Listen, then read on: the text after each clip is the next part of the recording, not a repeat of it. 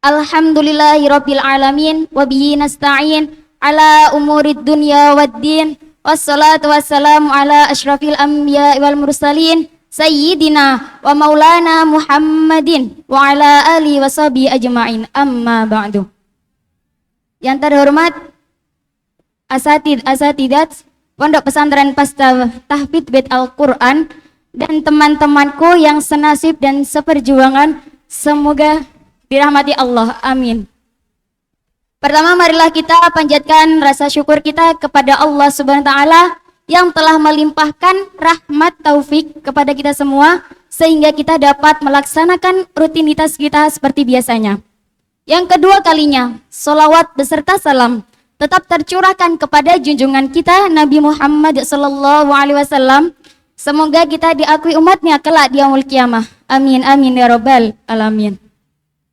Mbak-mbak yang cantik dan mas-mas yang ganteng yang saya hormati. Seringkali kita biasanya tuh ada di sini saya akan menyampaikan sedikit tentang generasi strawberry.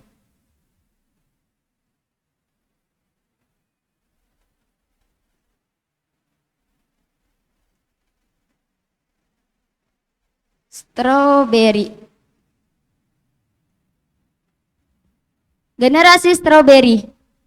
Generasi strawberry ini dirumuskan oleh Profesor Renal Kasali, seorang pakar manajemen. Kenapa kok disebut generasi strawberry? Bayangkan, buah strawberry, buah yang kecil, mungil, warnanya cantik, apalagi kalau di foto pasti cantik kan?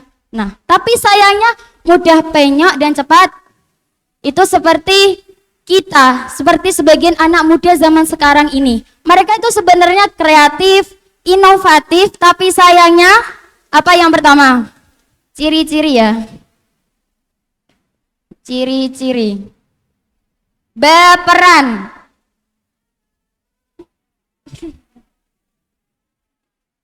Baperan.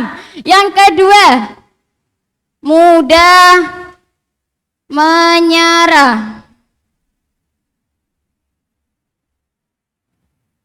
Yang ketiga apa?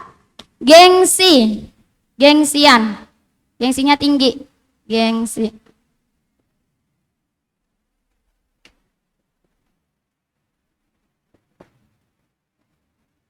Ada yang tahu yang keempat apa? Apa? Tidak, boros tidak termasuk.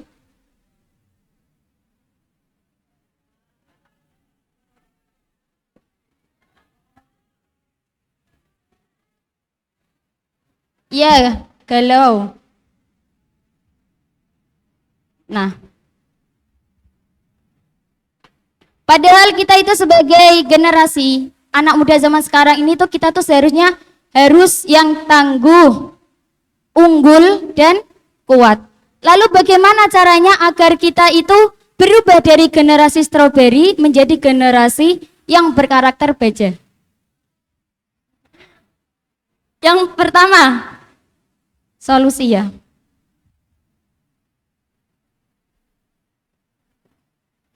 Solusi. Menanamkan kemandirian dan tanggung jawab.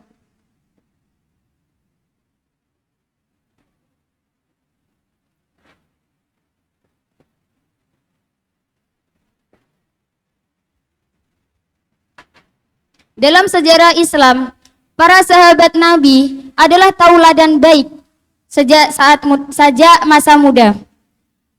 Contohnya Ibnu Mas'ud radhiyallahu anhu pernah berkata, "Kunna nauzu ma'an Nabi sallallahu alaihi wasallam wa nahnu syababun." Kita juga ikut memerangi bersama Nabi ketika kita masih muda. Bayangkan, anak muda seusia kita saat itu udah ikut berjuang membela agama Allah. Lalu kalau kita juga ikut berperang dalam hal apa? Ada yang tahu? Enggak, berperangnya kita itu kalau kita itu buka HP ya, terus kita pencet di aplikasi yang warnanya oranye. Apa itu aplikasi apa? Shopee ya. Kalau kita tuh lagi ngebar, itu namanya juga berperang. Kita ngejar apa produk yang kita inginkan. Betul? Astagfirullah. Padahal hal itu tidak seharusnya kita lakukan. Dan kemandirian dan tanggung jawab adalah fondasi utama ketangguhan. Tanpa itu mustahil kita bisa menjadi generasi yang kuat. Yang kedua, yaitu menyiapkan mental tangguh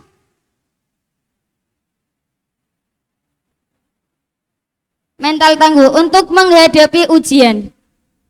Allah Subhanahu wa taala berfirman dalam surah Muhammad ayat 31, A'udzubillahi minasyaitonir rajim, walanabluwannakum hatta na'lamal mujahidina minkum was-sabirin al-ayah. Yang artinya, kami sungguh akan mengujimu dan kami sampai kami tuh mengetahui siapa di antara kalian itu yang paling jihad dan yang paling sabar. Ayat ini menegaskan bahwa ujian itu adalah kepastian. Untuk menghadapi ujian, kita harus memperkuat iman. Ya benar. Kalau iman kita rapuh, sebesar apapun ujian yang menimpa kita, kita akan tetap kokoh. Tapi kalau iman kita rapuh, kita akan mulai terbawa arus dan langkahnya kian tergerus. Betul?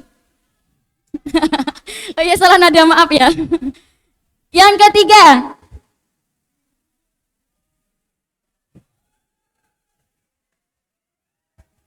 ketiga,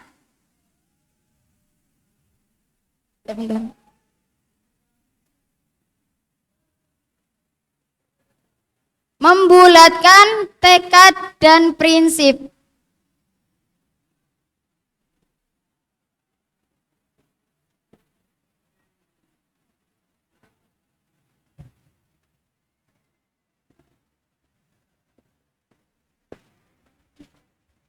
Membulatkan tekad dan prinsip. Dalam kitab yang dikarang oleh Al-Imam Syarafuddin Yahya Al-Imriti disebutkan idil fataha sabati qadihi rufi'ah wa kullu mutmarilahu binalam yantafi. Nah, sesungguhnya seorang pemuda itu bisa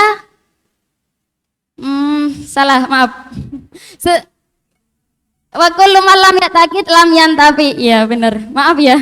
Salah. Pemuda itu dikatakan tangguh apabila dia itu bisa mengangkat keyakinan dan tekadnya. Betul? Kalau dia tidak bisa itu tekadnya tidak bisa dibulatkan dan prinsipnya itu dia itu tidak bisa mengambil manfaatnya. Bisa tidak mengambil manfaatnya. Nah ya itu contohnya itu udah kita sebagai generasi itu harus menjadi generasi yang unggul, tangguh dan tidak mudah baperan, tidak mudah menyerah, tidak boleh gengsinya tinggi dan jangan galau. Ya, siap. Cukup sekian yang dapat saya sampaikan. Kurang lebihnya mohon maaf yang sebesar-besarnya. Undur makila wala tangdur mangkola. Assalamualaikum warahmatullahi wabarakatuh.